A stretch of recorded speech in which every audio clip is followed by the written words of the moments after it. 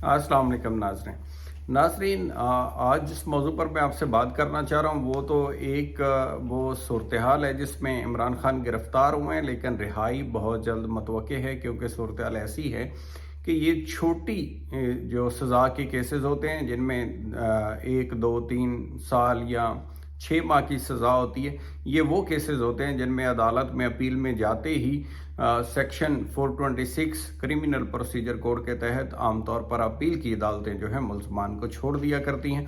उसका मकसद ये होता है कि जब तक मेन केस का फैसला नहीं हो जाता या ये तस्दीक नहीं हो जाती कि मुल्ज़म गुनाहगार है या बेगुनाह है, उसको ये ज़मानत दे दी जाती है। ये ज़मानत का ही मुतबादल रखा गया है इनके अंदर, जो सेक्शन 426 क्रिमिनल प्रोसीजर कोड है।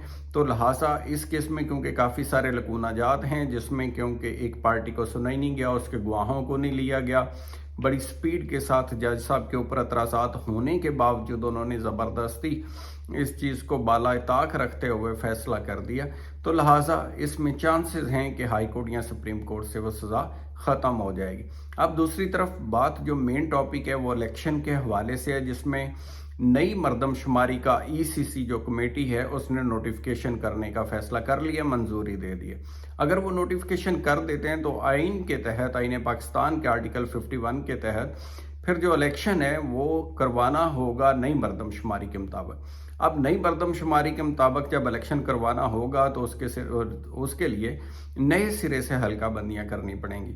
अब नए सिरे से जब हल्का बंदियाँ करनी पड़ेंगी तो उसके लिए इलेक्शन कमीशन ऑफ पाकिस्तान पहले से कह चुका है कि उसे 4 से 5 माह दरकार होंगे हल्का बंदियों के लिए। लिहाजा ये तयशुदा चीज़ सामने आ गई कि इंतखाब बर वक्त नहीं हो रहा और आइन की एक शिक को, उसकी एक जो आर्टिकल है उसको शिकस्त दी जाएगी दूसरे आर्टिकल, आइन के ही आर्टिकल से, जिसमें कहा जाएगा क्योंकि मरदमशुमारी के मतलब ये कानून है तो लिहाजा हम लेट कर रहे हैं। चांसेस हैं कि अदालतें भी इसको तहफ़्फ़ुज़ दे देंगी। हालांकि माजी में अदालत के वाज़े हुक्म के बावजूद भी इलेक्शन नहीं करवाया था, हुकूमत ने अदालती हुक्मनामा नहीं माना था।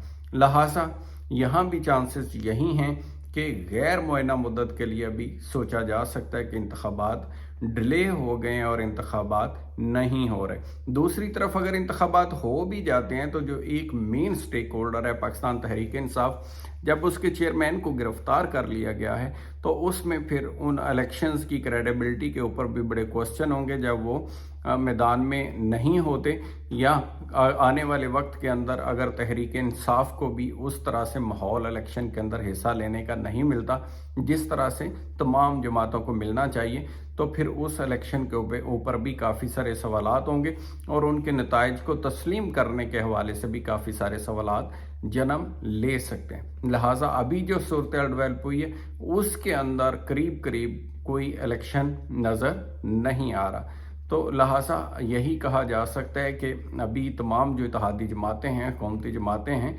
उनका मौक़िफ़ बड़ा खुल के सामने आ रहा है कि वो अभी इंतखाबात नहीं चाहते, शायद इमरान खान की गिरफ्तारी से कुछ ज़्यादा चाहते हैं, जिसके बाद वो इंतखाबात चाहते हैं। तो अपना ख्याल रखिएगा।